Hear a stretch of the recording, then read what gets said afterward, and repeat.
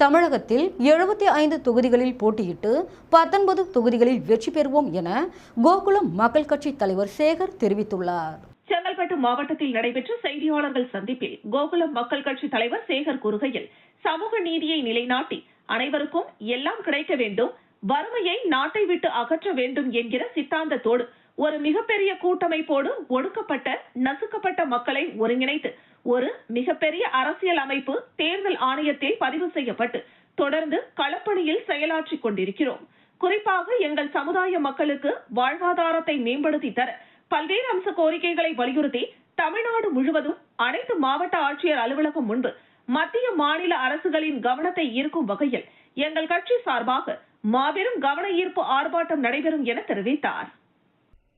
கவன ஈர்ப்பு ஆர்ப்பாட்டங்கள் நடைபெறுவதென்று கட்சியினுடைய நிர்வாகம் மற்றும் பொதுக்குழு கூட்டத்தில் முடிவெடுக்கப்பட்டு செயல் வடிவம் கொடுப்பதற்காக முதல் மாவட்டமான செங்கல்பட்டில் நம்முடைய பழைய பேருந்து நிலையம் அருகில் பொதுக்கூட்டம் நடத்துவது என்று முடிவெடுக்கப்பட்டு இந்த பொதுக்கூட்டம் வருகின்ற 6/7/2025 மாலை 4 மணி அளவில் நடத்துவது என்று முடிவெடுத்து மக்கள் மத்தியிலே இந்த செய்தியை கொண்டு சேர்க்க வேண்டும் என்ற நல்லெண்ணத்தோடு உங்களை எல்லாம் சந்திக்க முற்பட்டிருக்கின்றேன்.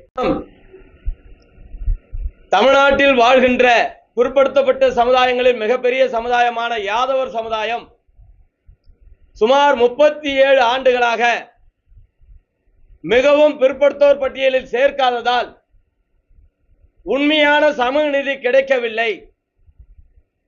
எனவே அந்த உண்மையான சமூக நீதி இந்த ஒடுக்கப்பட்ட மக்களுக்கு கிடைக்க வேண்டும் என்கின்ற அந்த ஆதங்கமான கோரிக்கை காலந்தொட்டு கிடப்பிலே கிடக்கின்றது.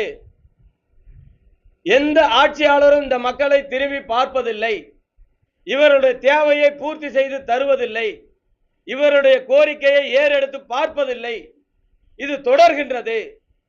இது வன்மையாக கண்டிக்கத்தக்கது.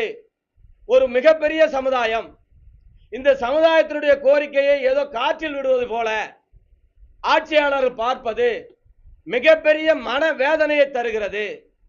எனவே இந்த மக்கள் எல்லாம் ஒன்று கூடி கோகுல மக்கள் கட்சியினுடைய தலைமையில் தமிழகத்தில் வாழ்கின்ற யாதவ சமூக மக்கள் அதற்கு துணையாக பல்வேறு பிற்படுத்தப்பட்ட மக்கள் துணை நின்று இந்த மேடையை அலங்கரிக்க இருக்கின்றார்கள்.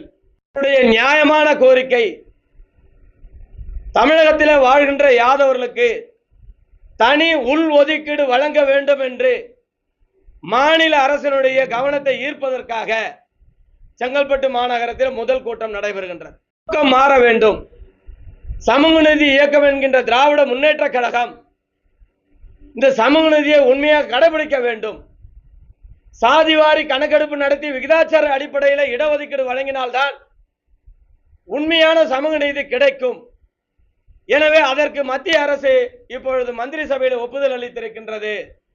அதற்கு கோகுலம் மக்கள் கட்சி தமிழ்நாட்டில் வாழ்கின்ற யாதவர்கள் நன்றி தெரிவித்துக் கொள்கின்றோம். ஆனால் அது காலதாமதம் ஆகும். அது நடைமுறைக்கு வருவது கணக்கெடுப்பதே 2027 தான்.